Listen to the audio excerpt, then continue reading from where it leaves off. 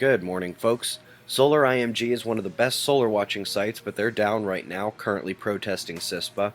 Having a look at notable quakes over the last 24 hours, this is less than 100 miles from the geographic North Pole.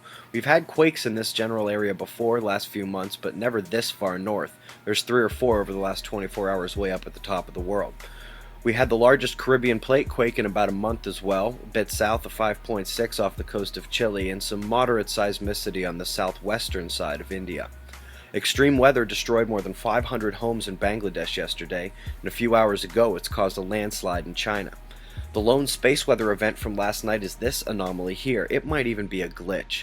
It would suggest that the ionosphere had a sudden influx of cosmic radiation. Now, without a gamma ray burst or solar activity during that time, this is either bad data or an unfortunately placed hole in the magnetosphere. Having a look at the northern solar disk, the dark coronal hole is turning away from us on the right. On the top left, you can see yet another one of these plasma filaments creating a coronal cavity, a hole in the corona. Remember when people thought these were spaceships?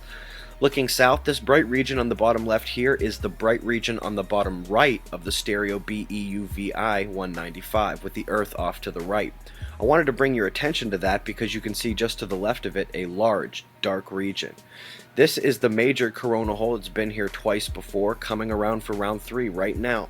You might remember this occurred just days before Saturn opposed the Sun, and when we look at April's significant quakes, we can see a bit of a bunching near that time, fitting our quake model.